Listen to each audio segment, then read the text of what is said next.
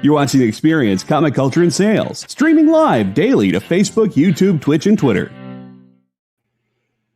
It was announced earlier today that the TV series SEAL Team is being renewed for a 7th season. Now, I don't know if you understand the gravity of what that means. David Boreanaz stars in SEAL Team. This will make his 27th year straight of leading a TV series or being the star of a TV series. And I'm not talking about guest star. He was on this. He was on all my Married with Children. He was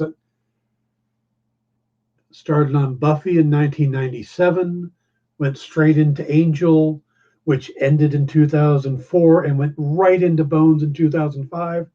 Went straight, and when that ended, he went right into SEAL Team. That's 27 straight years of being on television. You know how many actors come out after a couple years and go, oh, I needed a break. I needed to do something different. I needed a change. This guy is the blue-collar worker of television actors. You get quality. You know what he's always there. 27 years. There are people who might be watching this show right now who do not know a world where David Boreanaz isn't on television.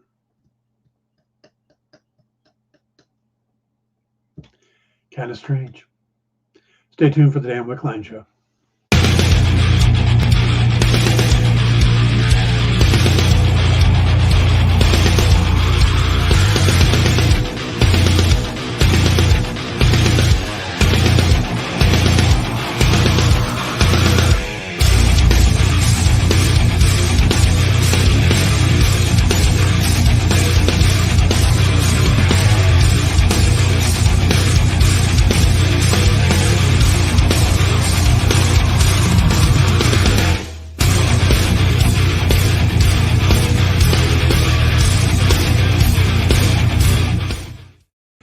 Hey everybody, welcome to the Dan Wickline Show here on The Experience.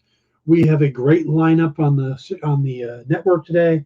After this is Comic Collectibles with Rex and John, and AR Comics will be on there.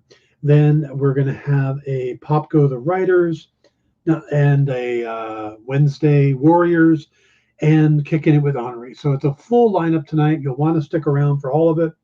I can tell you on the Pop Go the Writers, it's Jim Beard and I talking about the season finale of Willow and breaking down the trailer for Ant-Man and the Wasp. So Quantumania, that's going to be huge when it comes out, and we are getting closer and closer to it all the time. And I don't know if you guys heard the big news on it, but both Ant-Man and the Wasp and Black Panther have secured opening dates in China. We haven't had a Marvel movie open in China since Endgame. So where it seems like the last, Phase 4 movies aren't doing as well monetarily wise, well, that's because one of the big markets has been closed off to them. So, but that's going to change. And Black Panther Wakanda Forever is going into the theaters in just a week or two. And then Ant-Man and the Wasp Quantumania is going to open the same day there as it does here.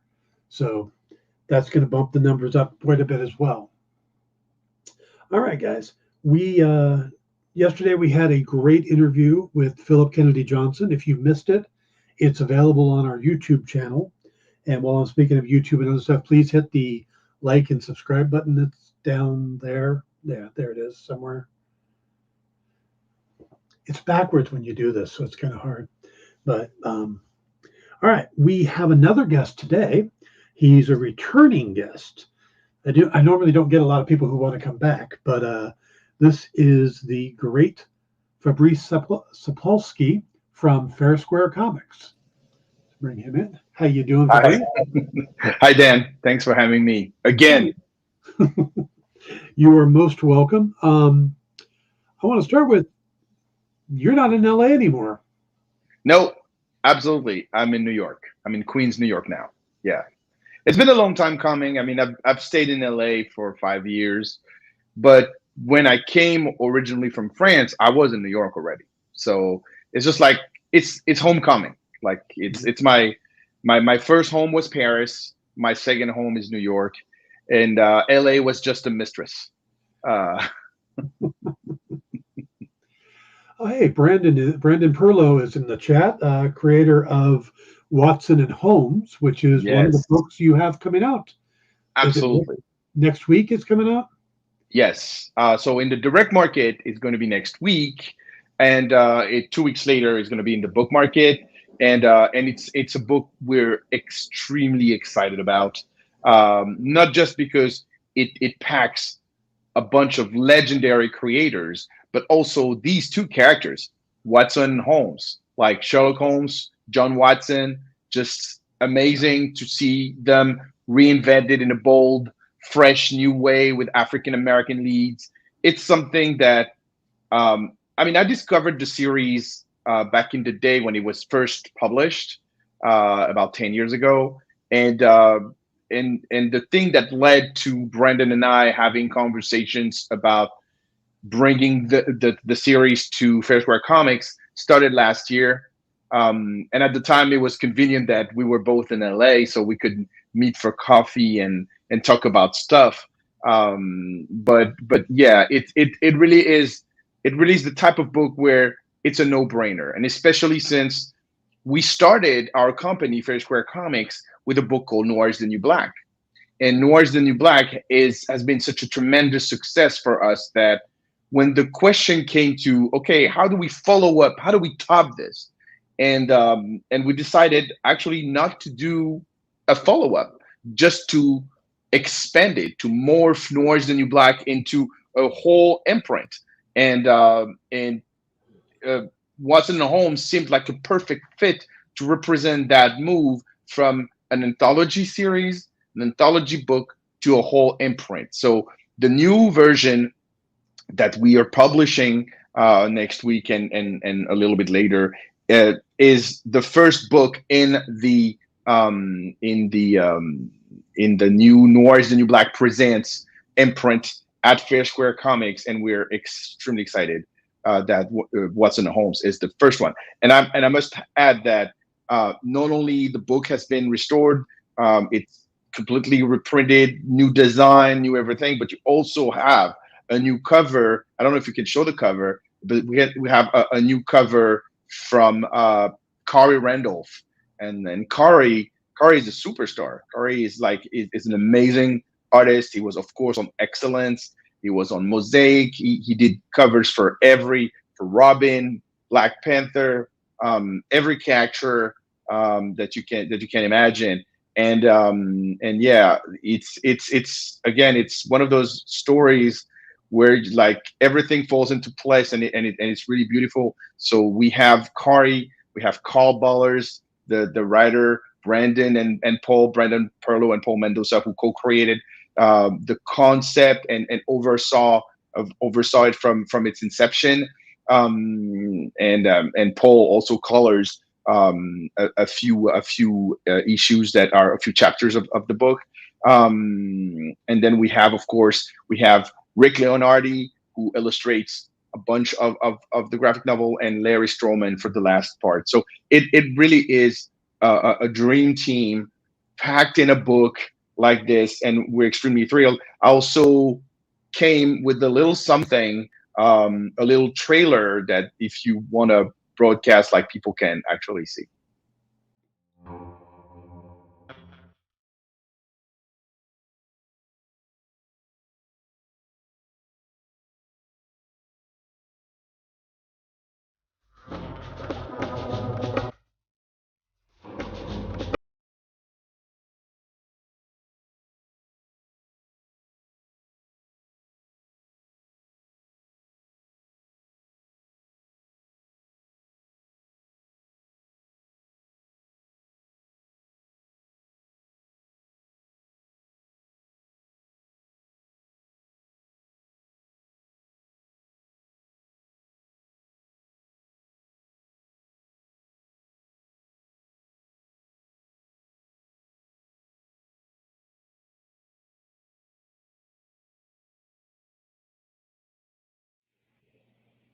Well, the dates are off because we had a little issue with the printing, but this is it. You get it. That's a great trailer. I do Thank like you. some of the things that stood out to me was I see that you're keeping the military background for Watson, but I do like the fact that he's physically bigger than Holmes, which Yeah. normally is the other way around. Holmes is always tall and lanky. Yeah, and And that's really something that surprised me at first when I first read it. It's like the dynamics is really different, and I guess I mean everything it was baked in the title. Like it's called Watson and Holmes, not Holmes and Watson, and so it's a fresh perspective, it's a fresh point of view, and it really is a book that will surprise everyone. I know that it's beloved by the people who saw the first edition. It's really treasured. It's been consistently out of print. The fact that we're taking over and not just reprinting it, but trying to blend it in our collection and making it bigger, and also giving it an international distribution, which it didn't have before. The book will be available everywhere for the first time, and we're not stopping there, because not only we're going to have volume 2 coming up in the fall, but there will also be some original new material that we are working on right now. nice. Now you said this is part of your Noir is the New Black imprint. What Yes. is the theme for the imprint, or what makes this the right book for the imprint? Well, Noir's the New Black started as an anthology of Black noir comics, which is a sub-variant of the noir genre, which is like detective, thriller, dark and greedy, and but with African American or Black leads and African American or Black creators. And that was the deal in the original Noir is the New Black, was to say, okay, we have this possibility of giving the mic to those great, amazing Black and African American creators, and we're gonna do it. And at first, the book was co-edited with my friend TC Harris. Shout out to TC. Without him, this book would not have been what it was. And so TC and I, when we started to work on the book, it was originally going to be 12 stories, and then we had so many pitches, it was impossible for us to decide which one to take. So it went from 12 to 13, then 16. And as a result, the book that was first kickstarted and then published everywhere else was 148 pages, full of these 16 stories by 40 Black creators. And the particularity of this, and it's something that I'm very proud of, is that all the creators keep the rights to their characters, which is something that I'm also very invested in. Like the creators' rights are fundamental in what FairSquare Comics is. We have like two things that are very important to us. One, immigrants and minorities, which is us. Crystal, my wife, and myself are co-owner of FairSquare Comics, and this is very important to us, that the company and the books that are out of the company look like us, and also creators' rights. And creators will always maintain their rights at FairSquare Comics. That's a principle. And I think I said it the last time, but we have a better deal than I can beat every publisher on the market right now. Nice. Now, JD from our chat here, JD Smith, was saying that this is his first introduction to FairSquare Comics. Yeah. So, well, welcome. So besides Holmes or Watson and Holmes, and I know you've got some stuff we're going to talk about coming up in the February solicitations, but what are some of the other titles that you've already put out that maybe JD should take a look out for? Well, first, Noir is the New Black, for sure. Again, our bestseller. Every time we show up at a show, Noir is the New Black is the first one to go. So Noir is the New Black. JD, you're going to be thrilled. And I saw Nick Allen is in the chat. Nick Allen actually wrote one of the stories in Noir is the New Black. And it's a good one. I mean, they're all good ones, but yeah, I really enjoy the Nick's story. So Noir is the New Black. Then we have a few of my titles, because I'm also a creator, as you know. So I have first my Kung Fu Noir series called Intertwined, which was originally published by Dynamite in 2016, 2017, but I was never satisfied with the way it was handled. So when we got our rights back together, my co-creator Fred Pham Chuang and myself, we decided to do it our way. And so we republished through FairSquare Comics in October 2021. It's 192 pages, high octane, all action, with a lot of emotion and kung fu, and accurate kung fu, because Fred is not just an artist, he's also a martial artist, and is coming from a legacy lineage of martial artists. His dad owned the dojo, his grandfather was a kung fu master. It's something like it runs in his veins. So kung fu is very important. And not only Intertwined is the founding book of FairSquare Comics, but it's also the mascot. Like if you go on the website, if you come to every show, you will see exactly Wing Chun. Absolutely, the kung fu there is Wing Chun.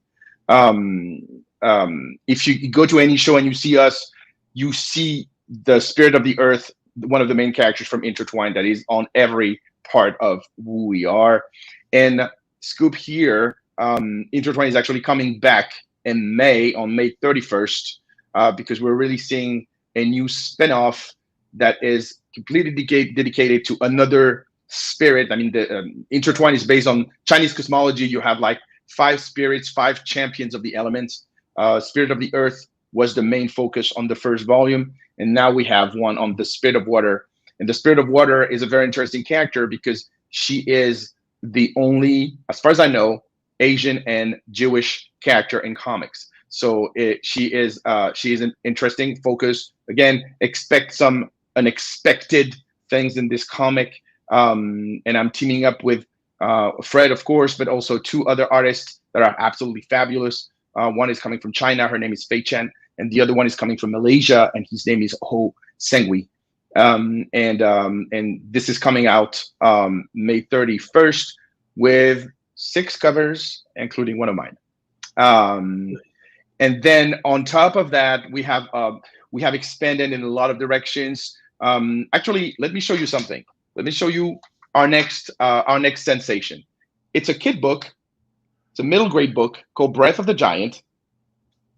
And this book came out January 3rd in stores. And right now the orders are very strong. People seem to react to it. We have good reviews. And Breath of the Giant, I describe it as The Hobbit meets the Lumberjanes. So it's a pretty bold combination, right? Yeah. There's magic, there's fantasy. It's a world. It's a word that is. It's really a beautiful book. Let me just open it. Like, let's take a page, like this. Like, it's random, so I don't know, but the art is really gorgeous. Oops, here. There you go. And Breath of the Giant, it also deals with a very important topic, which is the loss of a parent. You have these 2 sisters who hear this rumor that if they steal the breath of a giant, hence the title, from on the northern side of the mountain, they can bring their mother back from the dead. So it's their journey. It's about grieving. It's about acceptance. It's about magic. It's about a lot of things, and it's a beautiful book. So Breath of the Giant, it's currently available everywhere books are sold, which is comic book stores, our website, of course. So that is one of the main things that we're promoting right now. And the other things that we're promoting is a series called Beyondtopia Legends. And Beyondtopia Legends comes from the minds of 2 guys that I absolutely adore, Henry Barajas and Brian Valenza. Mm-hmm. And Brian is a monument. He's an all-star colorist. He's working for the best, for Marvel, DC, Image, everybody. But he's not just a color artist. He's also a writer. He's also a creator, and he's also an artist. And you're gonna see him shining in this book, Beyondtopia Legends. It's a 3-issue miniseries. This is issue 1. Actually, the cover is from Steven Segovia, which If you have read Spawn recently, you know who Steven Segovia is. So Steven Segovia, it's one of three covers. Issue 2 comes out in 2 weeks with a cover from Saja Cha. So yeah, again, comic book stores. If you don't have it, you have to discover Beyond Topia Legends 1 and in 2 weeks, issue 2, and issue 3 comes out in March. So yeah, it's one of my pride and joy as a publisher is to discover these little like gems and just say, okay, well, this is great. I can put that on the market. And the third one that is coming up next month, it's a title called Photonik, Man of Light. And Photonik, Man of Light, this is actually the ash can. I don't have the comic yet, but this is the ash can that is extremely limited and that we distributed at the Baltimore Comic Con to every retailer that was there. And Photonik, Man of Light, chronicles. It's a old school superhero book with a lot of heart and 3 outcasts that are protecting a world that clearly fears them and hates them, if it reminds you of something. And these 3 outcasts are a hunchback with light powers,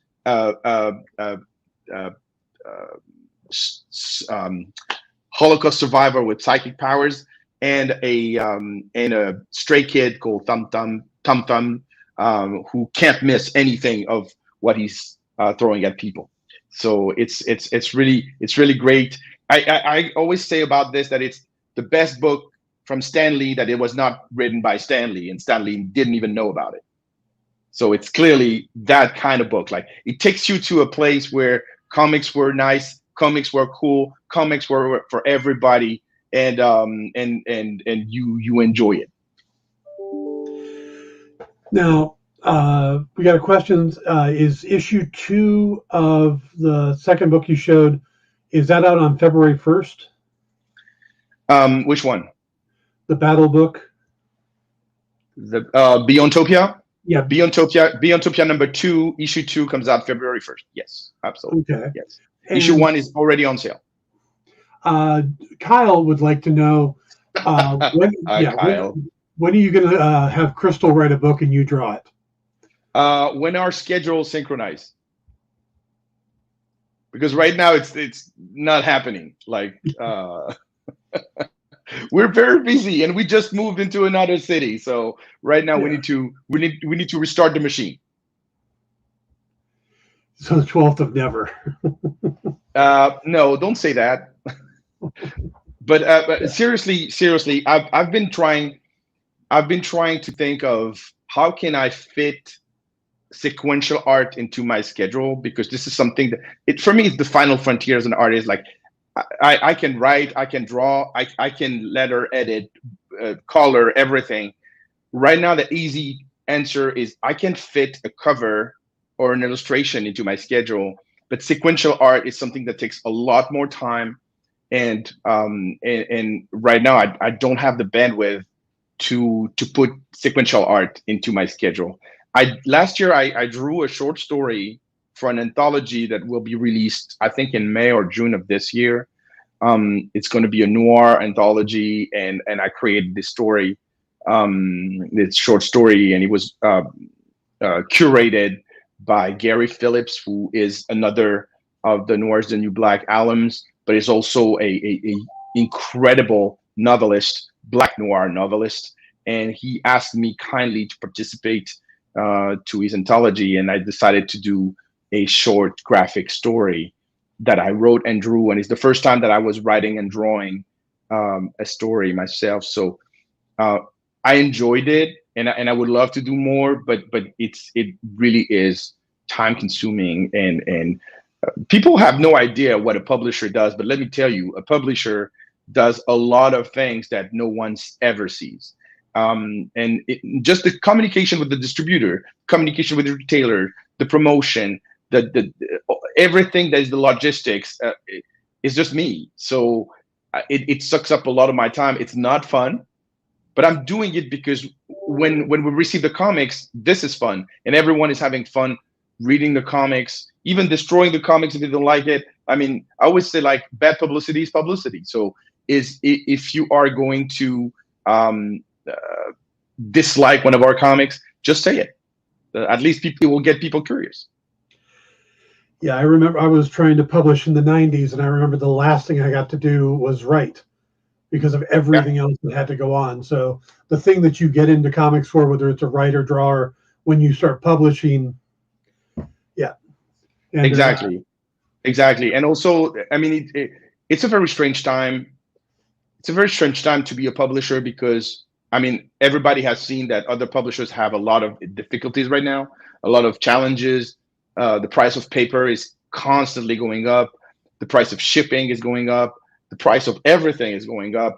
And when we decide the prices of books, it's months before. So usually right now it's even more problematic because we're faced with another challenge, which is retailers are downsizing. They're ordering less. And when they're ordering, they're not necessarily ordering our books first, which I understand, even if it hurts financially, but I understand.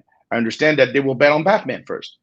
That said, if they bet on us, they will not regret it, and they will sell these books. And also, our books are a little bit more expensive than competition, which puts more money in their pockets. So I always tell retailers, don't be afraid of taking a chance on our books because we're selling them, and we're selling them really well at shows. We're selling them really well on Kickstarter. We're selling them really well on our web store. So if you want to sell them and if you want to put the work, you won't be disappointed. It will make money and you will be happy and we will be happy, and we can develop our partnership like this. So it's just a matter of time to have people who, I mean, I don't know who said like that it was their first introduction to FairSquare Comics. I am not surprised. FairSquare Comics have been around for 3 years, but it's nothing if you put in the grand scheme of things. Like Marvel, how many years did it take Marvel just to become a national publisher that is taken seriously? 20, 30 years? It took a long time. So, I mean, Image Comics was different because right out of the gate, it was a different era. And those 7 guys were superstars at the point where they started their company. But for even Dark Horse, it took years for them to really get the right formula and keep moving. So it's even Boom, it took them like a long time also. So I'm patient. I'm taking the time, and it will take the time it will take, as long as we're here in 5 years, in 10 years, in 15 years, and as long as it outlives me. That's the goal. So yeah, but you're right. It really is hard to keep being a creator. I mean, I remember in the 90s, people were making fun of Gene Lee for not delivering or starting series and never finishing them. Who remembers Divine Right? Right? I mean, It took like 5 years to get 12 issues. But it's so difficult when you're the publisher and you're the alpha and omega of your own company. You have to take care of people. You have to take care of creators. You have to take care of suppliers. You have to take care of subcontractors of everything. And I'm not complaining. This is the life that I chose. This is what I wanted to do, and I'm doing it. But it goes with a certain frustration when you're in the creator seat. The thing that I'm doing is that I wake up very early, and I try to save some time for creation. That's how, I mean, because I decided that since I was going to do this company, I wanted to publish at least 2 new titles every year of mine. So far, so good. 2020, I did One Hit Wonder. I republished One Hit Wonder, and 2021. Sorry, I republished One Hit Wonder and Intertwine. 2022, I started in the page of Mutiny magazine. I started this series called No Future, and I did Lady Bird, which was my first foray into YA, and Lady Bird is going to come back. It's just a matter of like when to start even writing. I mean, I have the plot, but how to write it. And I also had a bonus, which was in the form of Classified the Black Box, which was this book that I did with the late Tom Lyle, that has been published in France in 2011, but never published in the US until 2022. So last year I actually had 3. And this year I will have the new Intertwined volume, and I'm going to have another book at the very end of the year. So that I'm not ready to announce yet, but it's a challenge. It's clearly a challenge. Yes. Cool. All right, we need to take a quick break. We will come back and continue talking to Fabrice Sapolsky. Sapolsky. Repeat Sapolsky. after me. 7 letters. Okay. Sapolsky. That's fine. My apologies. 7 letters. People get my last name wrong, so I apologize. All right, we will be right back. Join the party. Head over to our link tree to find all the links for everywhere the experience is all the time.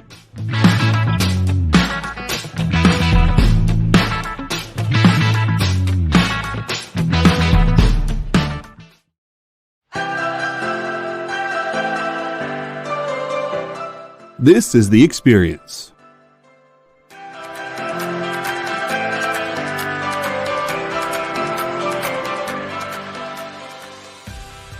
Good afternoon, everybody.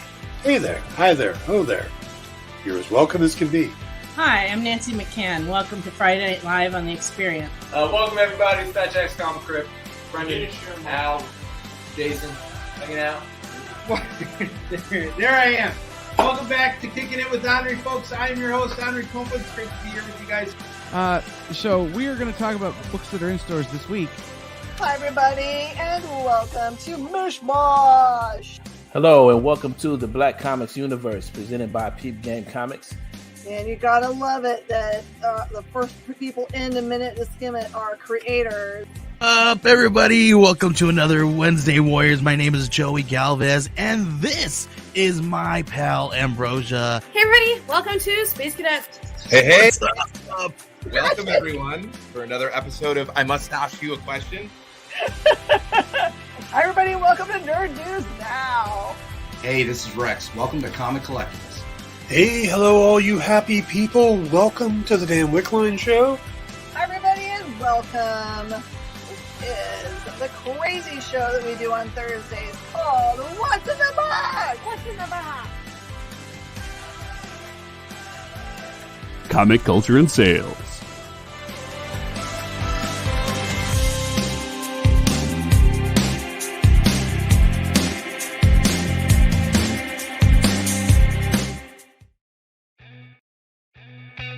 Programming on the EXP is made possible by viewers like you, or your local comic shop, or that Kickstarter you backed, or the publisher you like, or comic industry professionals who want to share a message with the world. Really, anyone who wants to advertise with us can. If you're interested in seeing a product you know and love, or are creating, or are publishing, or are involved with, advertised here on The Experience, and having your message shared with our viewers, please reach out by scanning the QR code below or visiting our website and using the contact form.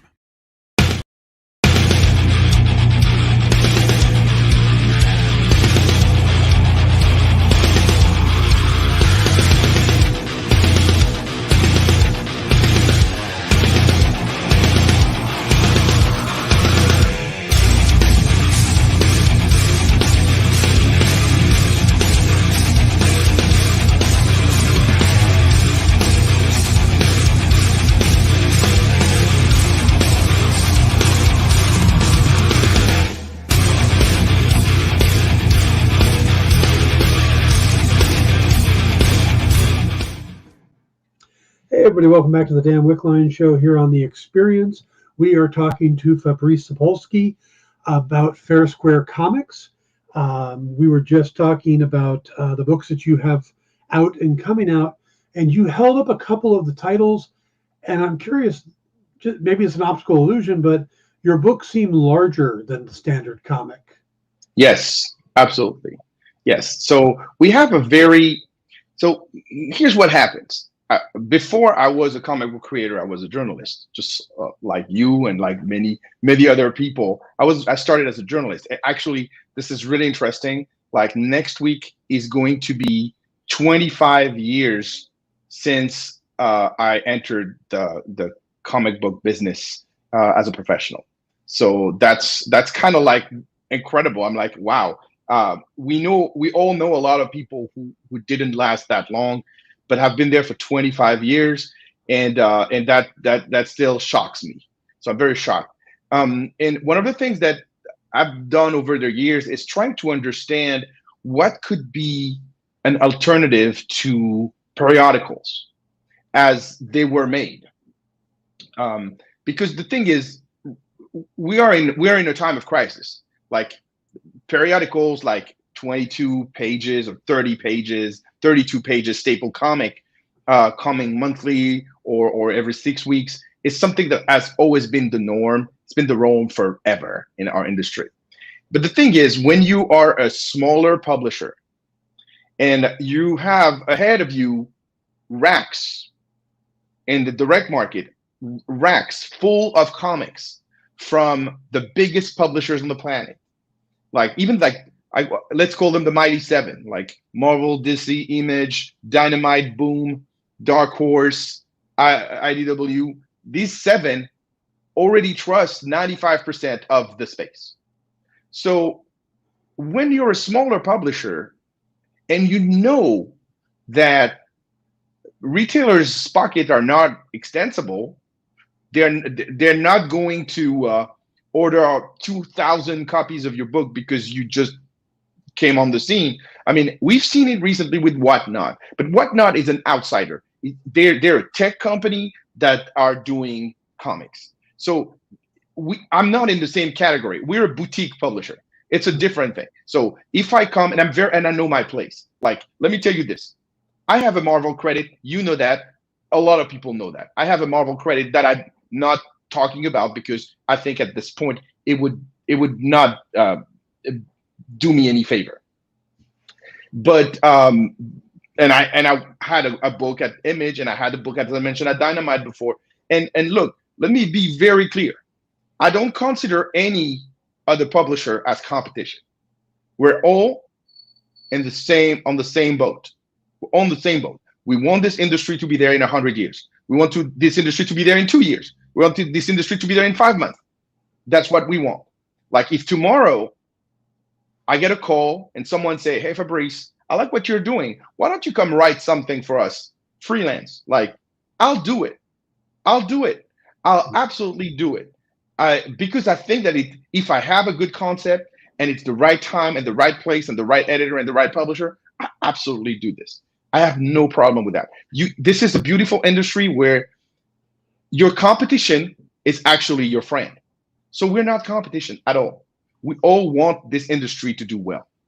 But at one point, I have to think as an entrepreneur. And as an entrepreneur, the question was, how can I differentiate myself? How can I be different? We know that there are a lot of retailers that watch your show. There are a lot of retailers that complain about the overabundance of titles. But still, they order as much as they can order from them. But they're not necessarily going to order from a Fabrice Sapolsky book, or at least not in super big quantities, despite a Marvel credit, despite the fact that I work with Dynamite, Image, or Humanoids, or Heavy Metal, which are all in my resume. But at the end of the day, there's only so much money that they can invest. And they will be like, sorry, we're doing our best. I understand that. So I came up with the solution. I was like, okay, I went to some retailers and I asked them the question. If I come out with a periodical, how many copies will you buy right at the gate? Between 1 and 5 of the first issue. I'm not even talking about subsequent issue. About 1 to 5 of the first issue. I say, okay. So if I sell it for $5.99, how many? 1 to 5. If I sell it for $9.99, 1 to 5. If I sell it for $12.99, but I pack a lot of value in that, and I give you between 64 and 80 pages, square bound, high quality, how many? 1 to 5. So hear me out here. By doing these kind of books that are mini graphic novels, every other month, our books are not monthly, they're bi-monthly. and we're selling them at $12.99 for 64 to 80 pages, depending on the concept. Like Photonik is going to be Photonik number 1, 76 pages. Black Box number 1, 80 pages. Beyondtopia number 1, 64 pages, but issue 2 is 72 pages. So, and it doesn't change the price, $12.99. This is our price point, because we know that retailers are not going to order right at the gates 300 copies per retailer. It's never going to happen. What they might do is reorder. And I'm betting on that. And yes, it's working. They are reordering. If they were not reordering, I would not be talking with you today. I would already be gone like bankrupt. I would be in a very bad position, but it's not the case. I'm not saying we're doing extremely well. Again, there are a lot of challenges every day, and it's hard, and every book is hard. But at the end of the day, we're still here. We're still standing. And I hope that we'll be still standing. And I hope that not only we will be still standing, but I can collaborate more with other publishers on the stuff that we're doing, because I consider many of these people, many other professionals from other companies, my friends. So it's a very interesting proposition, and we had to be different in order to show retailers that we were serious about giving them the money back, giving them the love back. Right. Now, you were talking about Photonik. That's your next book coming up in February. It's in Illustrations. Photonik, Man of Light. Man of Light. Now, this is a book that, if I'm correct, it was published in France already. Yes. And yes. Now you bring it over here to the U.S. Yes. What's the background on? What's the backstory on that? How did you come up with being the one to bring it to the U.S.? So, I mean, I'm in this very interesting position. I've been living in the United States for almost 8 years, but I'm French. I grew up in France. I spent 44 years of my life there before I moved here. When I was a kid, the main publisher of Marvel Comics was a publisher called Lug. And Lug had a bunch of superhero books that were also kind of like mini graphic novels. You had titles which packed 4 different Marvel series in one book, and it was monthly. So you had one with Spider-Man, Rum Space Knight, Daredevil, Iron Man, another one that had Nova and She-Hulk and the Fantastic Four and Spider-Woman, this kind of things, this kind of mixes.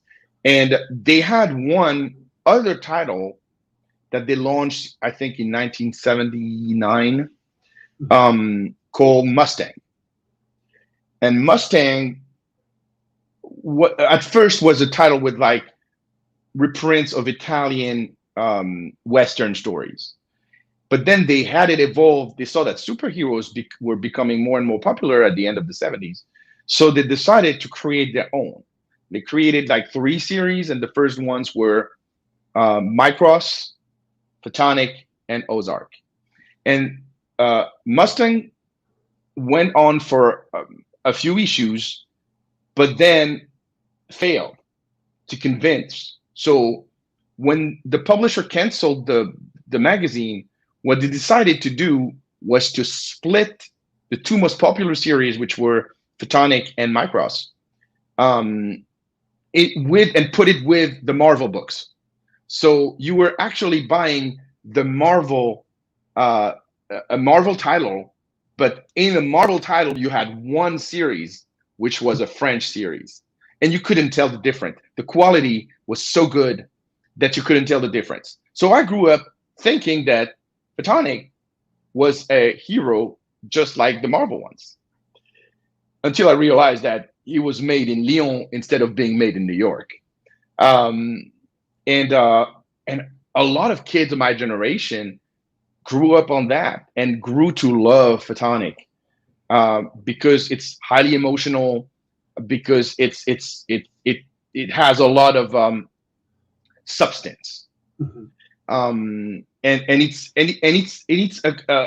a a comic that grows on you. Like, you might take a look at it even like 40 years later. You might take a look at it and say, that looks a little dated, but it's actually, you know what? It's actually something that I can like.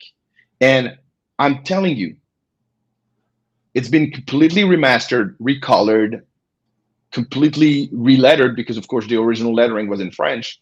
And with this new design and the American edition, we're offering something that is a new classic. And Photonik Man of Light is a new classic.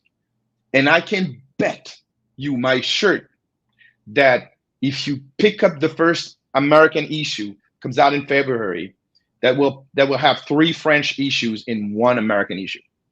And if you pick that one, and after the 3rd issue you don't say, I want to read more, then I don't know who I am anymore, honestly, because this is clearly, and I rediscovered them. And you might think that after 40 years, and I'm 52 now, and I was 12 when I discovered Photonik for the first time. So I'm a different person, clearly, but it's so good that it doesn't matter. It's timeless. It's a timeless, good comic. You are back to a time where comics were pure and good. Now, on your site, you liken it to the X-Men in the outcasts trying to help society, even though society doesn't accept them. Yep, absolutely. Yeah, and when you read it, it is clear from the very first pages. I mean, the main hero is a hunchback. He's handicapped, and he's trying to live his life. He's a student, but everyone is mocking him, and he becomes this incredible superhero, and it changes him. And at first he likes it, but then he doesn't, and he asks himself a lot of questions about who he is. And isn't that something that we all had at one point in our lives? We see ourselves, something is changing us, and you like, am I really the person that I'm supposed to be? And I think that there's a lot of lessons in a very simple, non-arrogant comic like Photonik. And Chiro Tota, who created, wrote, and drew most of the episodes of Photonik, I don't know. I mean, this guy he's a mystery to me.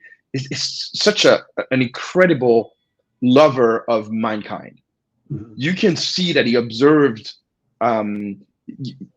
types of characters, and you have them in the book, and you can see that this is all, it could be real. I mean, yes, of course, it's science fiction. You have superpowers, and you have aliens, and you have a lot of different things that are out of this world. But so are the X-Men, and the X-Men are that. That's why I make the jump, because the influence is there in theme and in tone. It's really close to the X-Men, just like Stan Lee or Chris Claremont were writing them.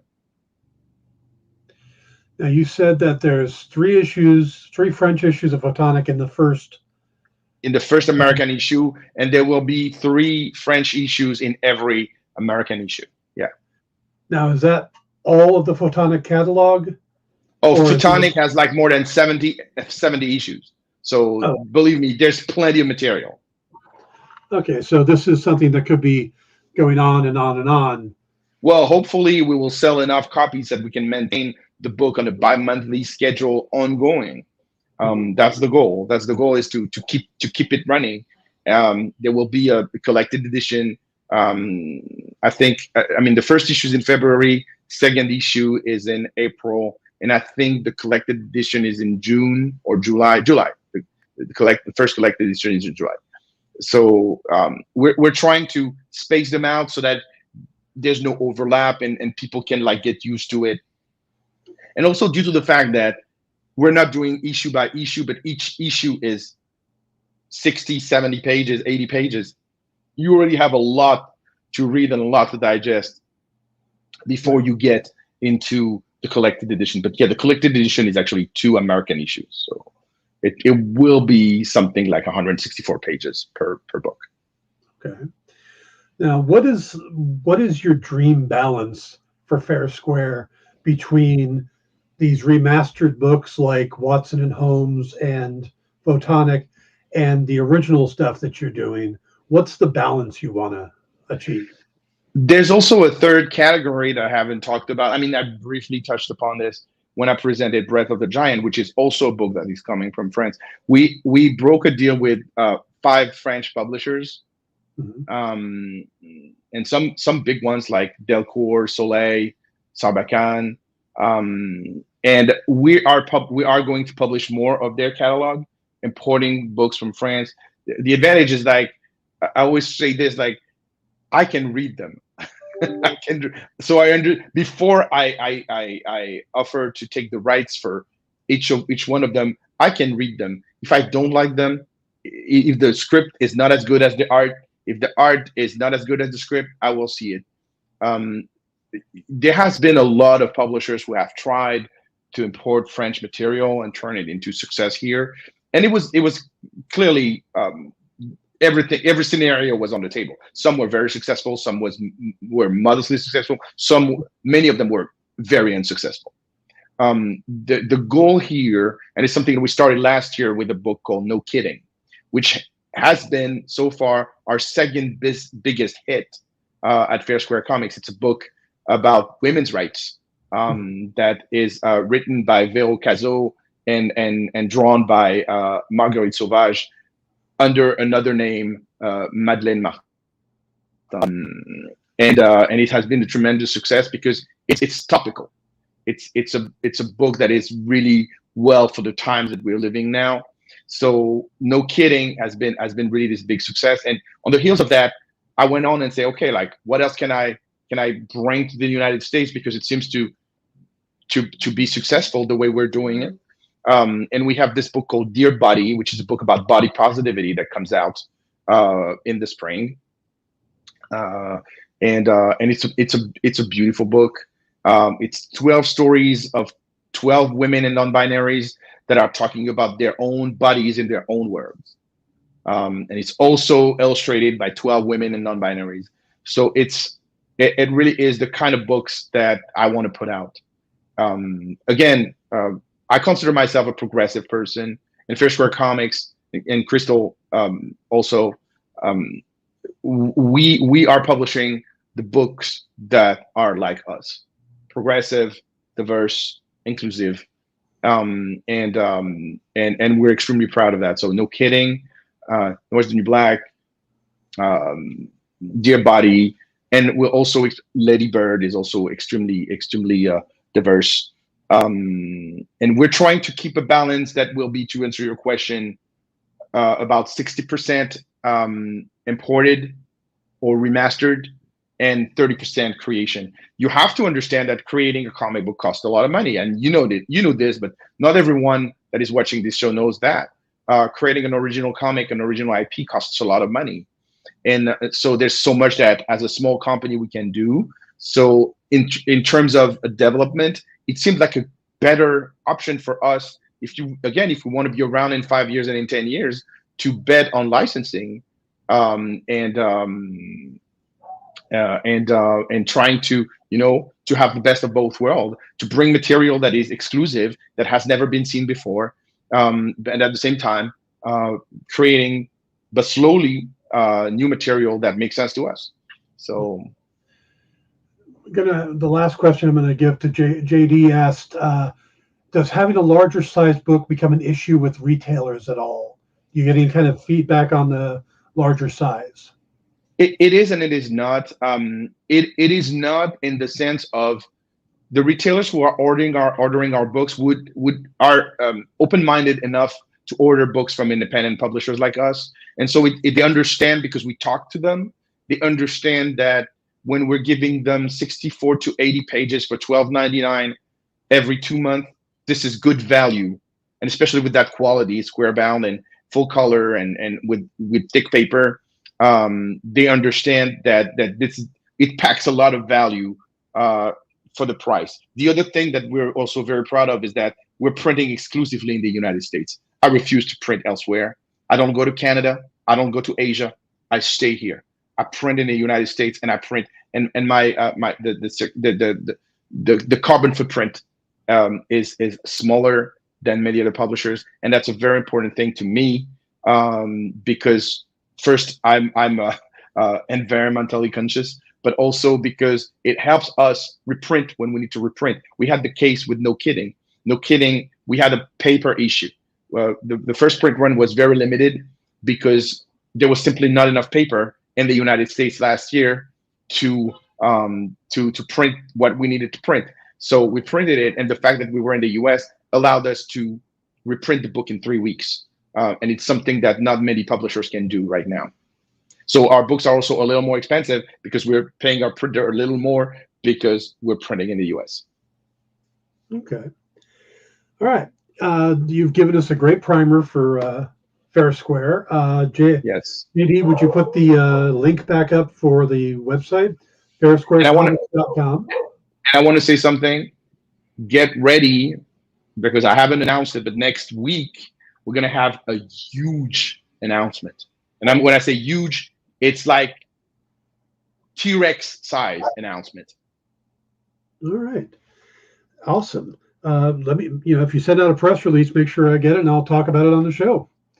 I hope you will. So I know you will. All right. Appreciate having you on, man. It's always great to catch up with you.